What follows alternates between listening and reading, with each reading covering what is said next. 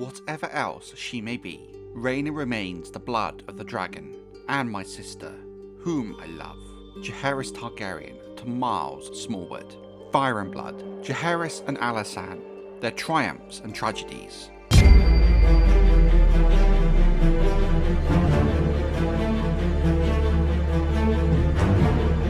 Many were surprised, but pleased, by the unexpected arrival of Rhaena Targaryen at the second wedding of her brother and sister, especially considering the recent animosity between Rhaena and her mother, the Dowager Queen Alyssa Velaryon, and to some extent as well, Jaehaerys and Alysanne. After parting from Lyman Lannister at Casterly Rock, Rhaena continued her wandering progress across the Westerlands and into the Riverlands, visiting houses such as the Marbrands of Ashmark, the Rains of Castamere, the Leffords of the Golden Tooth, and the Vances of Wayfarer's Rest, and at last the Pipers of Pink Maiden, many members of which, including her close friend Melody, died fighting for Aegon the Uncrowned against Maegor the Cruel. Yet, wherever she went, the same difficulties followed each time. At first she was received with warmth and honour, but such welcomes seldom endured. In time her presence became a burden, or else something more troubling still.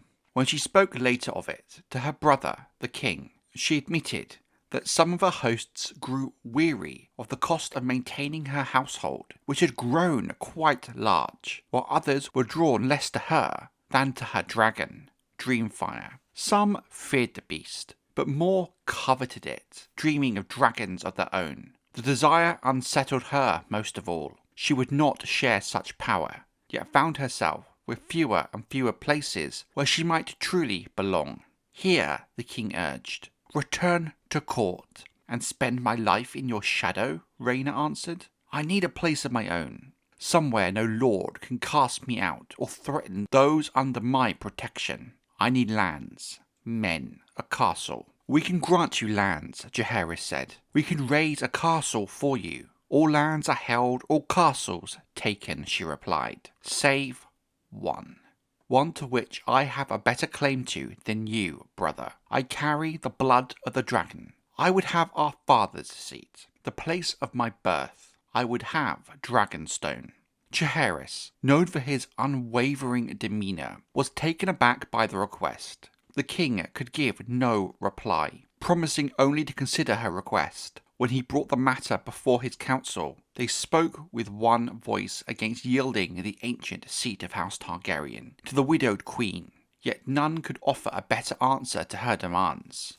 After giving the matter due thought, the king met with his sister once more. He did heed the advice of his small council. He knew the risks and issues of granting Rhaena such a seat as Dragonstone. But Rhaena was right. She was the blood of the dragon, and finding a place for her to call her own elsewhere was a difficult task, made even more challenging by Rhaena's known temperaments. No matter what the small council feared, it was the king's decision to make, and Rhaena was after all his sister, a sister whose initial support during the final days of Maegor's reign were vital in Jaehaerys being even able to claim the throne in the manner he did.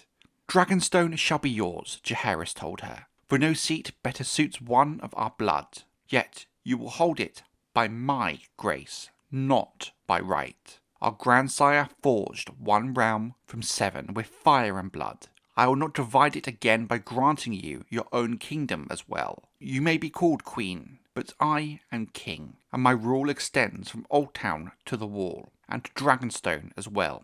Do we understand one another? Rhaena met him sharply. Are you so unsure of your throne that even your own sister must bow to you? Very well. Give me Dragonstone and one more thing, and I will trouble you no further. One more thing, he asked, curiously. My daughter. I want Arya returned to me. Done, the king answered. Perhaps too quickly. For Arya Targaryen, though only 8 years of age, stood as his acknowledged heir. The full weight of that choice would not be felt for years to come.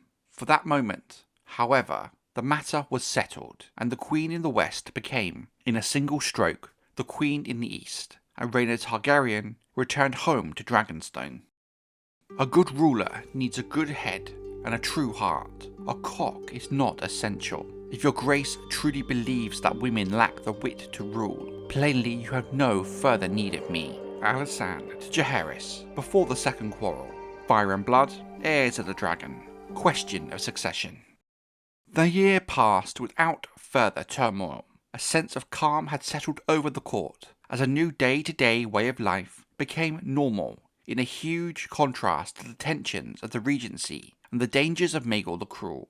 All the while, Jaehaerys and Alysanne settled into the work of ruling their realm. There were some members of the small council who were quietly surprised when the Queen began to attend their meetings, as this was typically not the done thing, though any objections to Alysanne's presence were kept private and soon faded away for one simple reason: the nature of the Queen herself. Alysanne quickly proved herself wise, well-read, and sharp of mind, her counsel thoughtful and measured, and before long she was regarded as a valued and welcomed presence in the king's deliberations, in a way that had not been seen from a queen since the days of her grandmother, Rhaenys, and of course Queen Visenya. It became clear that just as how vital Aegon the Conqueror's queens were in his ruling of the realm, Alysanne would be an important and welcome figure. History would prove this correct. Alysanne Targaryen looked back fondly on the days before her uncle Maegor took the crown, and the court became a cold and fearful place, with a thick atmosphere of dread and tension. Under her father, King Aenys, while he was a flawed and indecisive king, he fostered a court that had been a place of joy and splendor, shaped by the influence of her mother, Queen Alyssa. Music, laughter, and pageantry filled the halls, with singers, mummers, and bards all vying to entertain. Feasts were rich, with wine from the arbour, and the court ladies shone in silken pearls and diamonds. All of that vanished under Maegor's rule. His court was stern and joyless, stripped of all the warmth and beauty that had once defined it under Aenys. Little improved during the regency that followed. Queen Alyssa found the memories of a happier time too painful to revive, while Lord Rhaegar Baratheon, a man of war, had little patience for such entertainments, once remarking that mummers were of less use than monkeys, and at least monkeys might serve as food if a man grew hungry enough. Thus, when she became queen herself, Alysanne remembered well the brightness of her father's court, and set herself to restoring the same splendor in the Red Keep and bringing joy back into its gloomy halls. She adorned the castle with rich tapestries and fine carpets from the free cities of Essos, and had the halls embellished with murals, statues,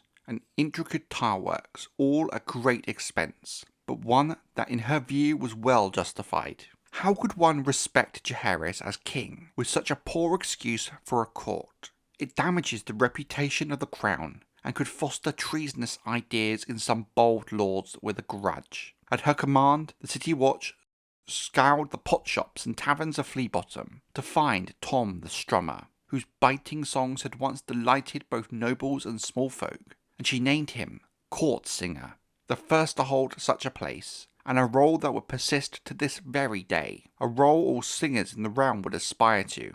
Her efforts did not end there. Alysanne brought a harpist from Oldtown, mummers from Bravos, and dancers from Lys, filling the court once more with music and spectacle. She even introduced the Red Keep's first fool, a corpulent man called the Goodwife, who dressed as a woman and carried carved wooden children that spoke bold and scandalous jests. All of this pleased King Jaehaerys well enough, yet none of it brought him greater joy than the news his queen shared some moons later when she told him she was with child.